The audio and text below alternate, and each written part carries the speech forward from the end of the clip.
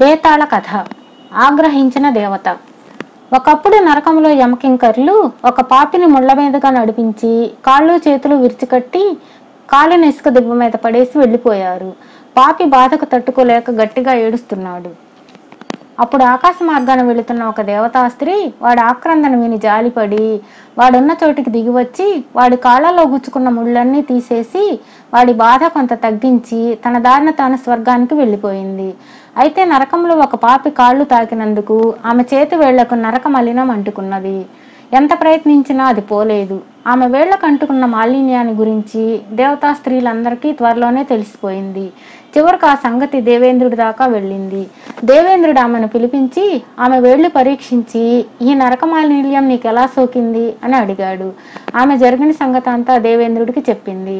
అంతా విని దేవేంద్రుడు, దేవతవై ఉండి నీవు నరకానికి వెళ్లడమే తప్పు. అక్కడ ఒక పాపి తాను చేసిన పాపాలకు శిక్ష పొందుతూ ఉంటే నీవు జోక్యం కలిగించుకోవడం మరింత తప్పు.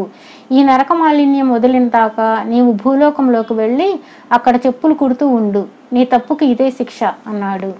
దేవత తన మాలిన్యం సాధ్యమైనంత త్వరలో వదిలేటట్లు అనుగ్రహించమని వేడుకున్నది.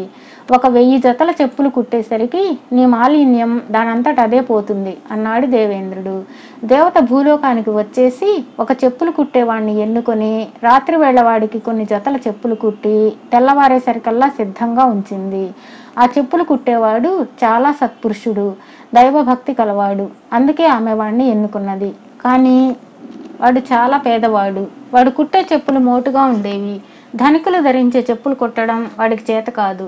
దేవత వాడికి చాలా నాజూకైన చెప్పులు కుట్టి ఇచ్చింది. మర్నాడు ఉదయం వాడు ఆ చెప్పులు చూసుకొని తన కళ్ళను తానే నమ్మలేకపోయాడు. అవి ఎవరు కుట్టారో ఎలా వచ్చాయో వాడికి తెలియదు. కానీ అవి మటుకు తాను సిద్ధం చేసి ఉంచుకున్న తోలుతో కుట్టినవే. వాడు ఆ చెప్పులు నమ్ముకుందామని నగరంలోకి వెళ్ళాడు. అవన్నీ అతి శీఘ్రంగా అమ్ముడయ్యాయి. డబ్బు కూడా బాగా వచ్చింది.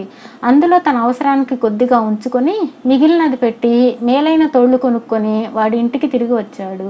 ఆ రాత్రి దేవత వాడు తెచ్చిన తోళ్లనన్నిటినీ ఎంతో అందమైన చెప్పుల జతలుగా మార్చేసింది.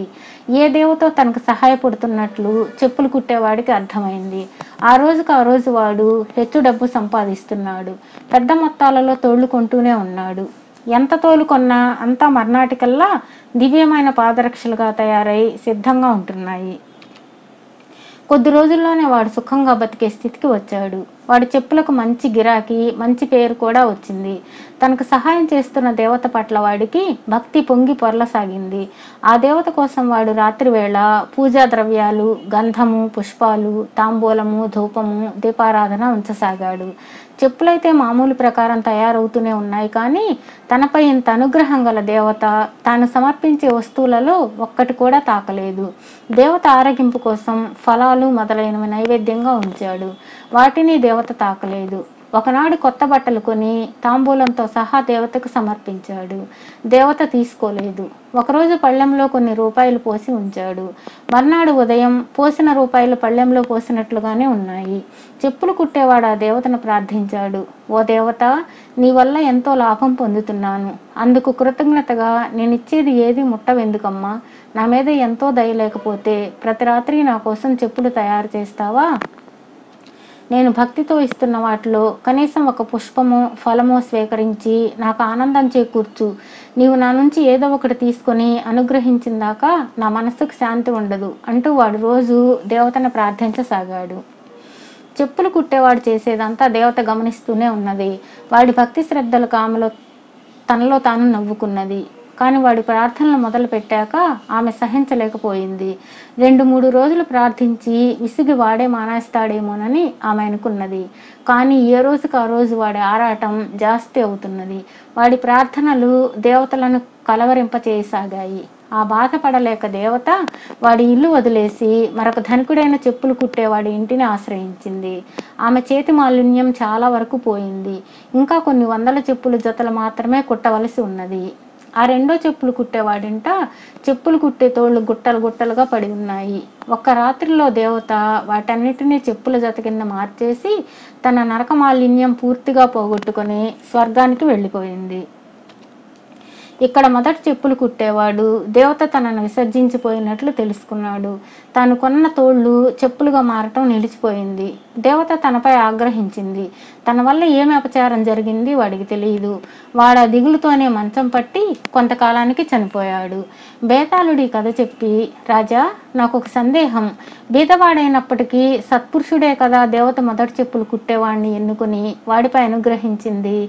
మంచి వాళ్ళకు దైవభక్తి ఉండడం సహజం. తమ భక్తుల కోరికలు తీర్చడం దేవతలకు కూడా సహజమే. అటువంటప్పుడు దేవత వాడు సమర్పించిన కానుకలను ఏ ఒక్కటి ముట్టక వాడిని అసంతృప్తి పరచడానికి, వాడి న్యాయమైన కోరిక తీర్చక నిరుత్సాహపరచటానికి ఏమిటి కారణం? ఈ సందేహానికి జవాబు తెలిసి కూడా చెప్పకపోయావో నీ తల పగిలిపోతుంది అన్నాడు. దానికి విక్రమార్కుడు, దేవత కోరినది చెప్పుడు కుట్టేవాడిని అనుగ్రహించడము, వాడికి లాభం చేకూర్చడము కాదు, తన మాలిన్యాన్ని పోగొట్టుకోవడమే. తాను కుట్టిన చెప్పులతో మంచివాడు బాగుపడితే ఆమెకేమీ అభ్యంతరం లేదు. కానీ చెప్పులు కుట్టేవాడు మూఢుడై దేవతకే ప్రత్యుపకారం చేయబోయాడు. వాడిచ్చిన వస్తువులలో దేన్ని తాకినా నరకమానిల్యం పోయేలోపుగా భూలోకమానిల్యం అంటుకుంటుందని దేవత భయపడింది. చెప్పులు కుట్టేవాడి కోరికను దేవత అందుకే తీర్చలేదు అన్నాడు. రాజుకి ఈ విధంగా మౌనభంగం కలగగానే బేతాళుడు శవంతో సహా మాయమై తిరిగి చెట్టెక్కాడు.